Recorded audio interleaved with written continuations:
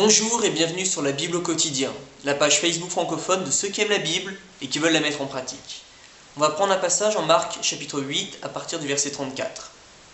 Puis Jésus appela la foule avec ses disciples et leur dit : « Si quelqu'un veut venir après moi, qu'il renonce à lui-même, qu'il se charge de sa croix et qu'il me suive. Quiconque en effet voudra sauver sa vie la perdra, mais quiconque perdra sa vie à cause de moi et de l'Évangile la sauvera. Et que sert-il à un homme de gagner le monde entier s'il perd son âme ?» Ce passage est un de mes passages préférés, car c'est un de ces passages très percutants qui parlent directement au cœur de l'homme et qui lui permettent d'évaluer assez rapidement et simplement s'il est sur la bonne voie ou s'il s'en est égaré. Alors Jésus est le chemin, la vérité et la vie, bien sûr, mais lorsqu'on est sur ce chemin, porte-t-on notre croix ? Jésus est-il notre but ? Quelles sont nos priorités ? Dieu ne veut pas simplement être dans notre vie, il veut en être le centre. Jésus est-il au centre de votre vie ? Et ces dernières années, j'ai acquis la conviction suivante. Il est beaucoup plus facile de devenir chrétien, de se mettre sur le chemin, que d'y rester.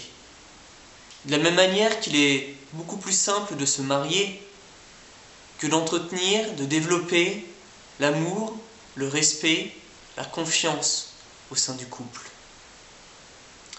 Et pour ma part, pendant plusieurs années, j'ai cessé de porter ma croix. À un moment donné, l'assemblée dont je faisais partie a eu quelques difficultés et j'ai estimé préférable de m'en éloigner et de suivre mon propre chemin, de trouver une autre manière de vivre la vie chrétienne, seul de mon côté. J'ai continué à méditer, à prier très régulièrement, mais ma vie montrait très peu d'intérêt réel pour Dieu, pour mon prochain. J'ai des tentations qui avaient disparu de ma vie, qui sont réapparues. Il y en a même de nouvelles qui ont fait jour et que je ne connaissais pas jusqu'alors. Et à un moment donné, j'ai décidé de retourner à l'église. Mais pourtant, je n'ai pas réussi à me débarrasser de cette tiédeur qui avait pris mon cœur. C'est pas parce que je suis retourné à l'église que j'ai retrouvé cette joie indicible et ce zèle que Dieu veut pour nous. Ça m'a demandé pas mal de temps, ça m'a demandé des choix difficiles, parfois assez radicaux, pour pouvoir retrouver ce cœur sincère, pur et entier que Dieu attend de chacun d'entre nous. Et c'est au pied de la croix que se trouve la solution, à chaque fois, pour avoir un cœur plein et entier pour Dieu. Et donc, ce que j'ai vu également, c'est que l'appartenance à une église, la prière, la méditation, la générosité envers son prochain, peuvent être des balises assez trompeuses de notre état de santé spirituelle. Leur absence à ces repères est beaucoup plus révélateur que leur présence. Et donc, pour savoir où nous en sommes réellement spirituellement, je pense qu'il est important d'avoir l'attitude de l'apôtre Paul.